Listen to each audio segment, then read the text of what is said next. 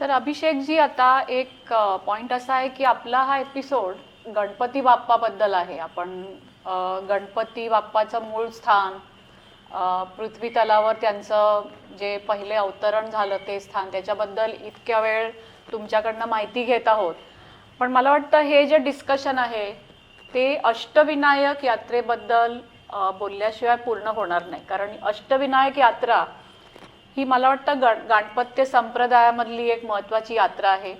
आणि महाराष्ट्रामध्येच अष्टविनायकाची सगळी ठिकाणं आहेत. तर एक तुमच्याकडनं ऐकायला आवडेल की आपण असं मानतो की अष्टविनायक जे आहेत त्या सगळ्या मूर्ती या स्वयंभू आहेत. आणि ही यात्रा नॅचरली मोरगाव या ठिकाणाहून मयुरेश्वर या देवळापासून सुरू होते आणि इथेच शेवटी संपते.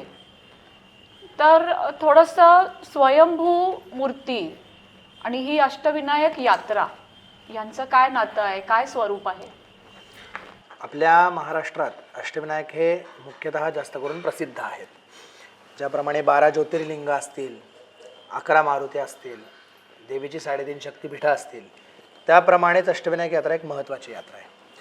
आता यामध्ये अष्टविनायक यात्रा या मुख्यतः 8 गणपतींची असलेली यात्रा म्हणजेच अष्टविनायक यात्रा असते. आता आपल्या मुद्गल पुराणानुसार किंवा आपल्या गाणपत्य संप्रदायानुसार जे अष्टविनायक सांगितलेत, हे अष्टविनायक भारताच्या 8 दिशेला 8 आहेत म्हणून सांगितलेले आहेत. आपल्याला काय माहिती, तर आपल्याला फक्त एवढंच माहिती की अष्टविनायक हे फक्त आपल्या महाराष्ट्रात आहेत. आपल्या महाराष्ट्रातले अष्टविनायक सुद्धा मुख्यच आहेत. परंतु गाणपत्य संप्रदायाचा विचार करायला गेला तर महाराष्ट्राचे अष्टविनायक हे नंतर येतात, त्याच्या आधी येतात हे आपल्या भारताचे अष्टविनायक येतात. भारताचे अष्टविनायक म्हणजे काय, तर आपल्या भारताच्या प्रत्येक सीमेवरती ती देवता स्थित आहे. मग त्यामध्ये त्या देवता कुठल्या आहेत, तर मग वक्रतुंड, एकदंत, गजानन, महोदर, लंबोदर, धूम्रवर्ण, विकट, विघ्नराज या त्या देवता आहेत आणि त्या देवतांची स्थापना तिथे केलेली आहे. केरळमध्ये आहेत, आपल्या तमिळनाडूमध्ये आहेत, आपल्या महाराष्ट्रात गणपतीपुळ्याला आहे, त्याप्रमाणे कलकत्त्यामध्ये आहे. नंतर तुम्ही जर हिमालयात आहे, जोशीमठाजवळ सांगितलं आहे, गौरीकुंडाजवळ सांगितलं आहे, तिबेटमध्ये सांगितलं आहे, त्यानंतर 2 हे पाकिस्तानात सिंध प्रांतामध्ये आहेत असा पण उल्लेख आहे. आता कालानुरूप त्या देवता जिथे आहेत, नाही आहेत, राहिल्यात काय आपल्याला काही माहीत नाही. कारण एवढा काळ लोटलेला आहे, लोकांना त्याची काही जास्त माहितीच नाही आहे. त्यामुळे नक्की गणपती साधा देवाऱ्यातला गणपती जरी असेल तरी आपल्याला कळणार नाही की हेच ते मुख्य स्थान आहे म्हणून.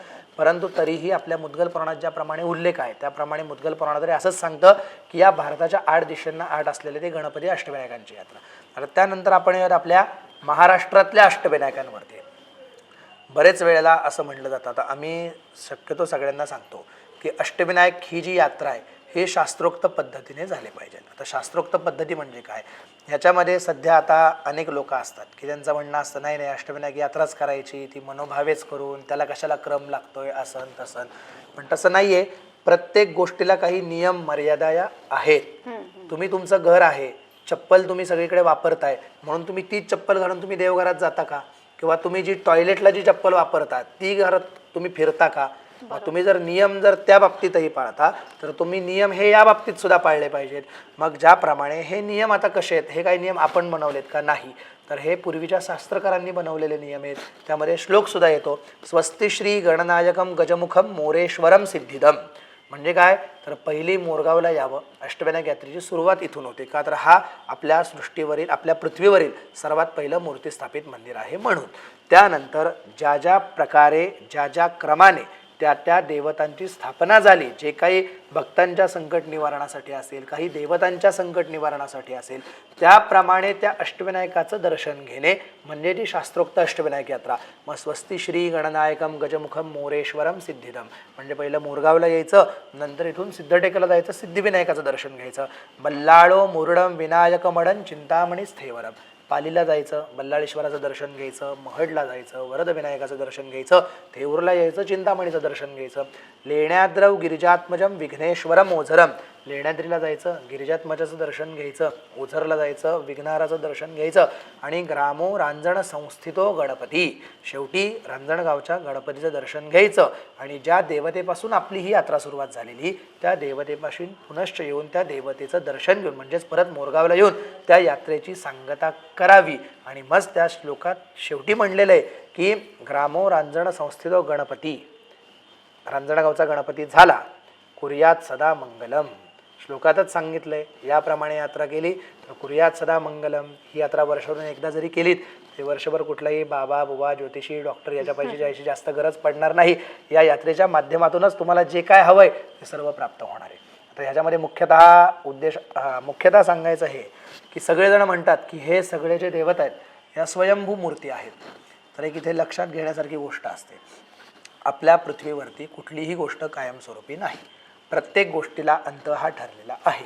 भले तो 1 दिवसाने असेल, 1 वर्षाने असेल किंवा हजारो लाखो वर्षांनी असेल, परंतु ती गोष्ट तिथून संपणार आहे. मग ज्या देवतेंचं आपण दर्शन घेतो ती तर एका दगडामध्ये बनवलेल्या त्या मूर्ती आहेत. मग लक्षात घेण्यासारखी गोष्ट ही आहे की मूर्ती ही स्वयंभू नसते. तिथे जे तत्व असतं, तिथे जी देवता असते ती स्वयंभू असते. स्वयंभू म्हणजे काय की ज्याला कुणीही स्थापन करण्याची गरज नाही पडली, ती तिथे आपोआप स्थापन झालेली आहे. की जसं तुम्ही एखाद्या घरी एखादं मंदिर बांधलं तुमच्या सोसायटीमध्ये, तुम्ही तिथे एखादी गणपतीची मूर्ती आणून बसवली तर तुम्हाला जोपर्यंत त्या मूर्तीची प्राणप्रतिष्ठा करत नाही तोपर्यंत त्या मूर्तीमध्ये ते देवत्व येत नाही. त्या प्रकारे ह्या ज्या देवता आहेत यांना कुठलीही प्राणप्रतिष्ठापनेची गरज नाही. त्या मुख्यतः पहिल्यापासून तिथे स्थित आहेत म्हणून त्यांना स्वयंभू असं म्हणलं जातं. त्यामुळे लक्षात घेण्यासारखी गोष्ट आहे की मूर्ती ही स्वयंभू नसते, तिथली जी शक्ती आहे ती स्वयंभू असते. कालानुरूप ती मूर्ती खराब होणार आहे, त्याच्यावरती दररोज पंचामृताचे, दुधाचे, पाण्याचे उपचार होत असतात.